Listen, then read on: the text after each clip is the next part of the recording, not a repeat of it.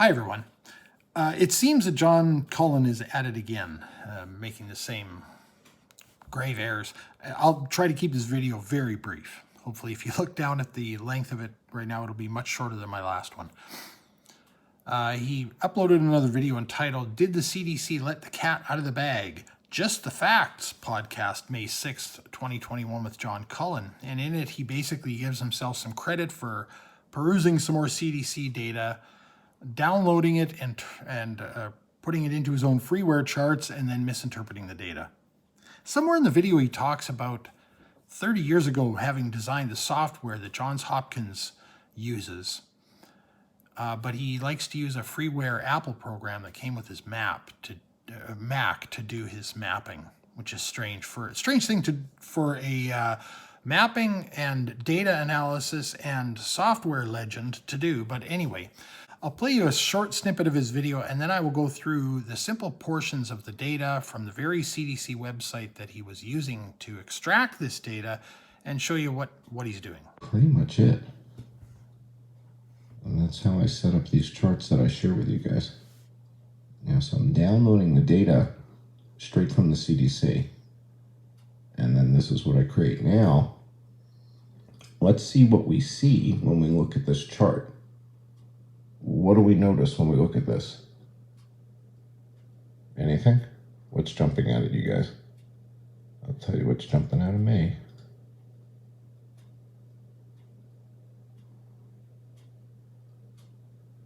In every single age group category,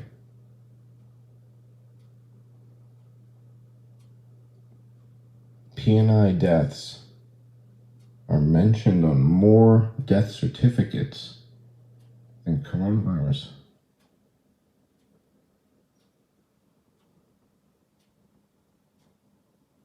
All right, let me repeat that. In every single age group category, P&I deaths outnumber COVID deaths, according to the CDC's most recent data, in every age group. It's not that apparent until you chart it.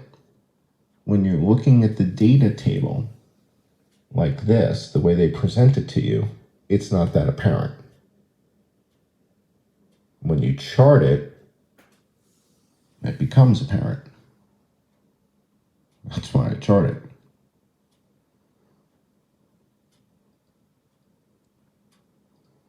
All right, so what you're looking at is the United States, categorically by age group, who or how many death certificates mentioned each of these viruses. And I'm just charting what we just downloaded from the CDC. I don't know anything more than that. But we've got each one of the age groups, and then the numbers are coming right from their data table. COVID deaths, P&I deaths, influenza and pneumonia. And the reason it's so important is because they're giving you the ICD-10 code. They're giving you the death code. And that means it's really specific. This is coming from a death certificate. And they've been counted. And so of all the people that died with coronavirus, it seems more people died with P&I. It's just kind of weird. I'm not sure how to explain this, but I thought that this was a rather important revelation. All right, so I'm sure most of you have already figured out this isn't much of a revelation at all. It's actually quite easily explainable if you understand the data that you're looking at. It would probably help, instead of downloading a bunch of data and turning it into some big blue and green columns, to actually look at the data on the native on the website and look at the notes that are put there to help people understand the data and the charts that they're referencing. You notice that John said something about the specificity of the influenza pneumonia category, the J09 to J18. That again, illuminates his lack of understanding, because that's actually not a very specific category, especially when it comes to understanding pneumonia and influenza as really separate categories in some ways. Yes, they are related. It's a kind of an unfortunate grouping in some ways, at least for someone who doesn't understand what they're looking at. Again, so if instead of extracting this data out, if you were to go to the CDC, you would find many notes there where they try to help you understand the data that you're looking at. And of course, these data sets are, generally speaking, probably more geared towards people who understand what the data means, who are doing research for something in the field, rather than a layperson. Although I'm one that fully believes that a layperson ought to be able to understand pretty much anything, provided they have the IQ to pull it off, you know, the horsepower. But that does mean that you have to have an acknowledgement and awareness of your shortcomings when it comes to understanding highly technical data in a field that you are not trained in. It may mean that you need an industry insider to put these things in common terms that you can understand. I do this for customers all the time. I'm a firm believer that people should understand what I'm doing to their car and why I'm doing it, but most of them can't understand complex concepts with regards to, you know, their vehicle and the computer systems, et cetera, involved. So I find a way to make it palatable to the average person to understand what we're doing, why we did it, and why it costs so damn much, perhaps. Anyway, so I'm not going to decry anybody who would go to look for statistics and data to understand what's going on, but you have to have an acknowledgement and awareness of your own shortcomings and make sure that you're not misleading yourself, and more importantly, in John's case, many other people, your YouTube followers and your Patreon supporters. So I'm going to close this video off really quickly here, but what I do want to do is go quickly and show you the CDC website where from he pulled this statistical data that he's attempting to analyze with big blue and green columns and make really weird statements as a result of, and you can see it for yourself.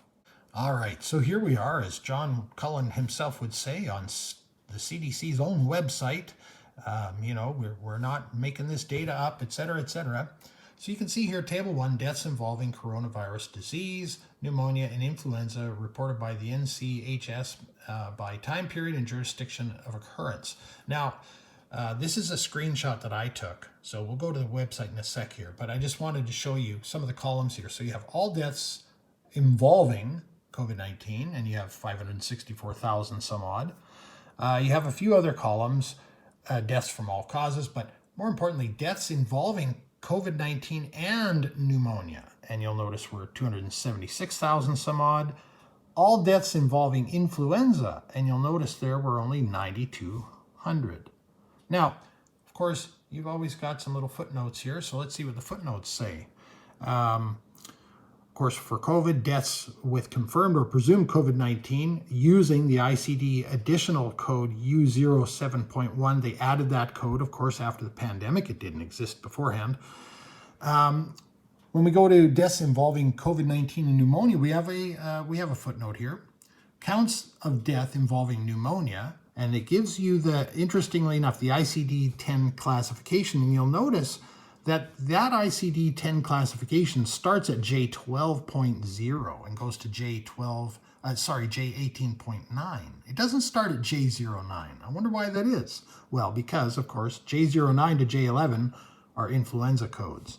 So it is a category, influenza and pneumonia, but it is broken down within that classification to separate pneumonia deaths from influenza deaths. And some of these will actually include some influenza causes, but not all the pneumonia causes, of course, are influenza. Include pneumonia deaths that also involve COVID-19 and exclude pneumonia deaths involving influenza. So this column that John is using here, that he likes to show so much, that he says shows that what he calls a double pandemic was occurring, that there are two viruses causing all of these deaths, and that he was really remarking that he couldn't understand why there were actually more P&I deaths, as he called it, than coronavirus deaths. What he didn't understand is that this column actually excludes influenza altogether. It doesn't even include influenza. It's specifically excluded if you read the damn footnotes that come with the charts and the data that you're using. And footnote number 4, for influenza counts deaths involving influenza J09 to J11, including deaths with pneumonia or COVID-19, also listed as a cause of death. So they're basically just saying, that these influenza deaths may also include influenza deaths that had COVID or pneumonia listed. So if you understand that, then you understand that, these numbers are so vastly different. They don't say any of the things that John thinks they said. This is the actual, now you can see I'm on the website itself. And you'll notice that this chart actually is much longer than the little screen capture that I took of the chart.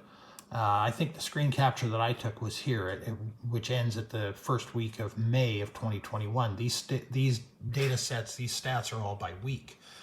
Interestingly enough, John could have easily understood this a little bit more if he just looked at these charts instead of extracting out the data that he thought he wanted, because of course you would see, again, the deaths involving influenza, they're very little. But if you pull the bar all the way down and start on the first week of 2020, you can sort of understand the relationship of influenza and pneumonia a little bit better before coronavirus kind of muddied the waters. So again, you see all the same data, the totals on the bottom are all the same, but now we're starting in the first week of 2020, and you see 1 death from COVID-19. Deaths from all causes that week, et cetera, et cetera. Now, if you look, you'll notice deaths involving COVID-19 and pneumonia, suddenly that's an extremely low number. Well, that's weird. Deaths involving pneumonia, well, that's higher. Wait, what now? And now if you look, all deaths involving the 3, pneumonia, influenza, or COVID-19, there were 4,500. Now, that's a cool number to look at here, because what you can see is actually what you might call the P&I deaths for that week, because there was only 1 coronavirus death, right? And of course you see pneumonia here, you see influenza here, and if you start moving those numbers together, you can see how they add up to this number here. So on all these weeks before coronavirus really started to take off, you could see a very consistent P&I number. It actually is a combination of influenza and pneumonia. It actually does combine them in that case. And then of course they shoot up into the stratosphere because the difference is made up by P and C, if you will, pneumonia and COVID-19 being listed as cofactors on a death certificate, right, as the chain of events that caused a person's death. And that's why the numbers, of course, shoot up so high.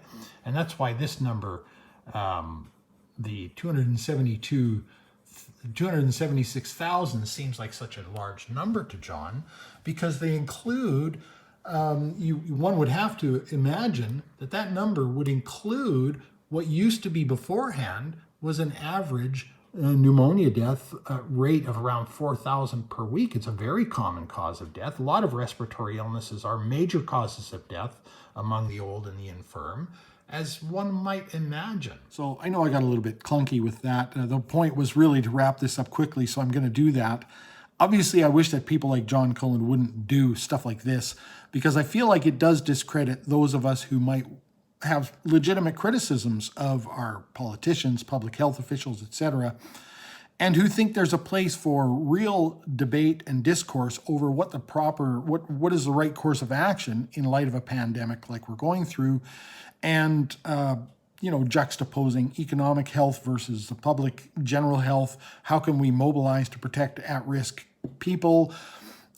What is the ramifications of deficit spending in order to buy people out of their jobs for a while? What is the mental health